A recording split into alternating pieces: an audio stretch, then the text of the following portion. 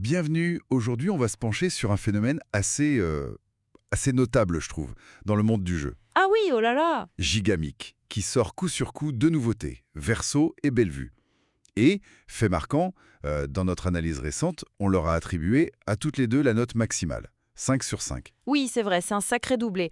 Et on s'est posé la question, forcément, un coup de chance ou vraie stratégie éditoriale réussie. C'est ça, Notre article explorait justement ça. Alors aujourd'hui, l'idée, c'est de décortiquer un peu ce qui fait que ces jeux nous ont tant plu selon nos propres critères d'évaluation. exactement.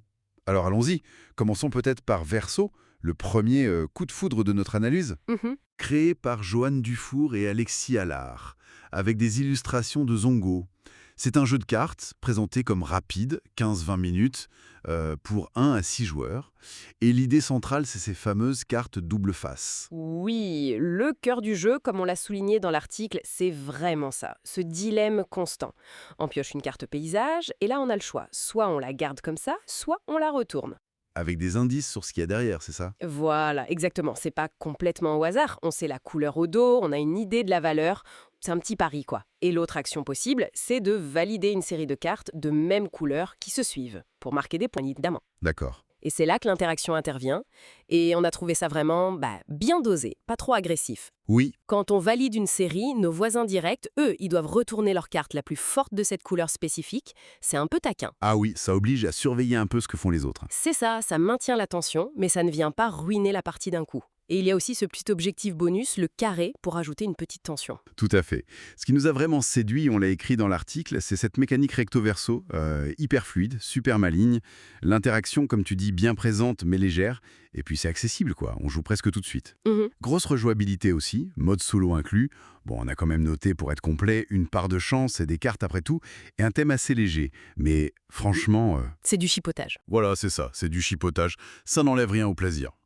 Verdict sans appel pour nous 55. Une pépite. Une vraie pépite. Alors, passons au deuxième jeu qui a eu les honneurs de notre évaluation maximale, Bellevue. Changement d'ambiance. Carrément. Création de Zach Hoekstra, illustré par Jason Gumber. Là, on construit la plus belle rue d'Amsterdam. Et visuellement, nous, on a été conquis. C'est plein de charme, les illustrations, Ah oui, les petits détails, les chats, les vélos, c'est adorable. c'est ça. Partie rapide aussi, une vingtaine de minutes pour 2 à 4 joueurs cette fois. Et là, la mécanique, c'est un draft. Mais un draft très simple, très épuré et franchement efficace. On pioche pour avoir 4 cartes en main, on en choisit une pour construire sa maison, une boutique, une fenêtre, un toit. D'accord. Et on passe les 3 cartes restantes à son voisin. Et ce système de passage de cartes, ça crée une interaction constante en fait. Oui, des choix difficiles, j'imagine. Garder la super carte ou la laisser au voisin. Exactement. C'est ça, le dilemme. Et c'est ça qui rend le jeu intéressant à chaque tour. La partie, elle, s'arrête net dès qu'un joueur pose son 4e toit, avec le fameux cri « Hey le noir !» Voilà. Et après, on compte les points. Les objectifs des cartes, les séries de pots de fleurs, la plus grande zone de couleurs sur la façade. C'est simple, mais il y a quand même de quoi réfléchir. Clairement. Pour nous, comme on l'a détaillé dans l'article, Bellevue, c'est vraiment le jeu familial accessible par excellence. Un peu dans la lignée d'un Sushi Go, peut-être. Oui, c'est une bonne comparaison. Simple à expliquer, mais pas simpliste. Très interactif grâce au draft. Et puis, bon, visuellement superbe, on l'a dit. Les petits chipotages qu'on a pu trouver. Bon, la mécanique de draft n'est pas révolutionnaire en soi. Non, c'est vrai. Et ça peut prendre un peu de place sur la table avec les façades qui s'étalent. Mais bon, là encore, le plaisir de jeu est tellement immédiat que... deuxième 55 pour nous. Un coup de cœur. Tout à fait.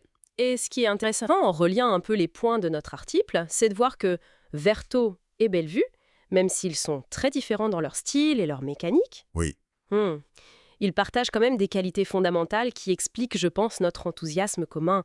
La simplicité des règles, d'abord. Une certaine profondeur stratégique, mais qui reste très accessible. L'interaction maligne, pas punitive, et surtout, ce plaisir de jeu quasi immédiat.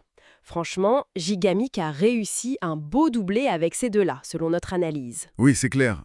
Pour résumer, si on se base sur notre expérience approfondie, Verso et Bellevue apparaissent comme deux réussites indéniables pour cette année 2025.